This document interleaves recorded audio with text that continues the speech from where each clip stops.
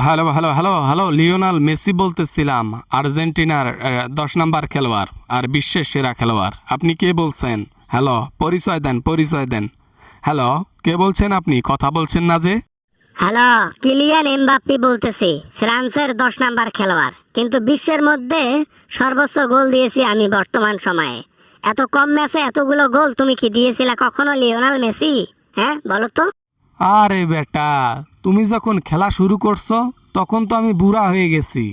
তোমাদের মতো বয়সে থাকতে আমি বল আর গোল একসঙ্গে গোনাগোতা করলে দিস্তেখানিক খাতা চলে যাবে।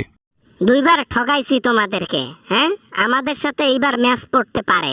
এইবার রিভেঞ্জটা ভালো মতোই নেব। এর আগের বার আমাদেরকে ঠকিয়ে ওয়ার্ল্ড কাপ জয় হয়েছে না? এইবার আমরা কাপটা নেব। দেখি কেমনে নাও কাপ। আরে বেটা, গুরু গুরুই হয়। আমাদের খেল দেখেছো তোমরা, আমাদের রেকর্ড নাই হারার। আমাদের রেকর্ড খুবই কম হারার। জেতার পার্সেন্টেজ হচ্ছে 80%, হারার হলো মাত্র 20। হবে কেমনে?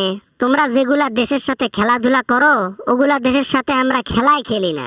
মানে এত ছোটখাটো দলের সঙ্গে ওগুলাতে নাম কামাইয়া এখন নাম্বার 1 ভাবতেছো বেটা, আমাদের সাথে মোকাবেলা করো আগে। কেন কেন ফ্রান্স কি বিশ্বের সেরা খেলোয়াড় হয়ে গেল নাকি?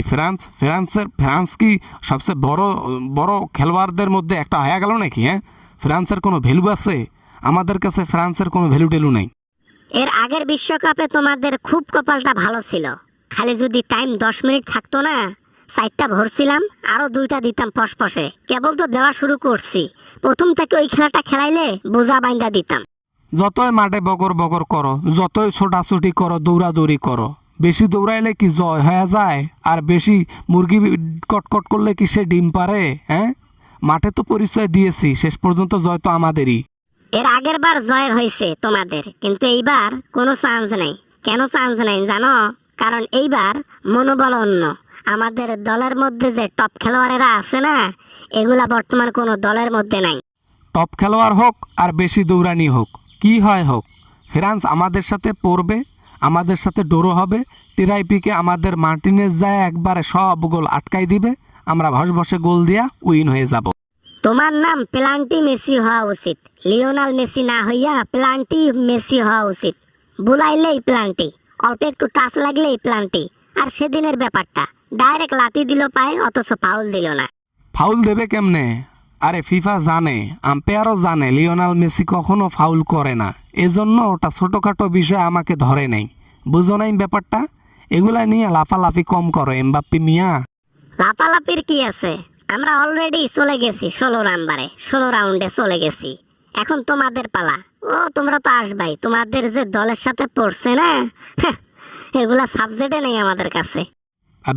না মানে তোমার কি মনে হয় আর্জেন্টিনা যতগুলো জয়লাভ করেছে তার 50%-এরও বেশি সব ছোটখাটো দলের সাথে জিতে করেছে? এইটা তোমার মনে হইতেছে?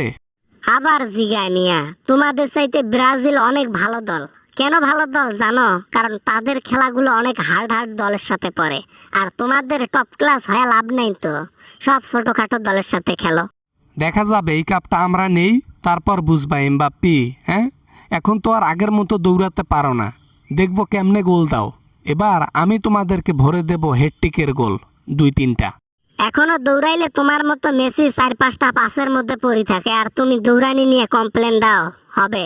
খেলা হলে এবার তোমাদেরকে 8 খান ভরে দেওয়ার কথা আছে।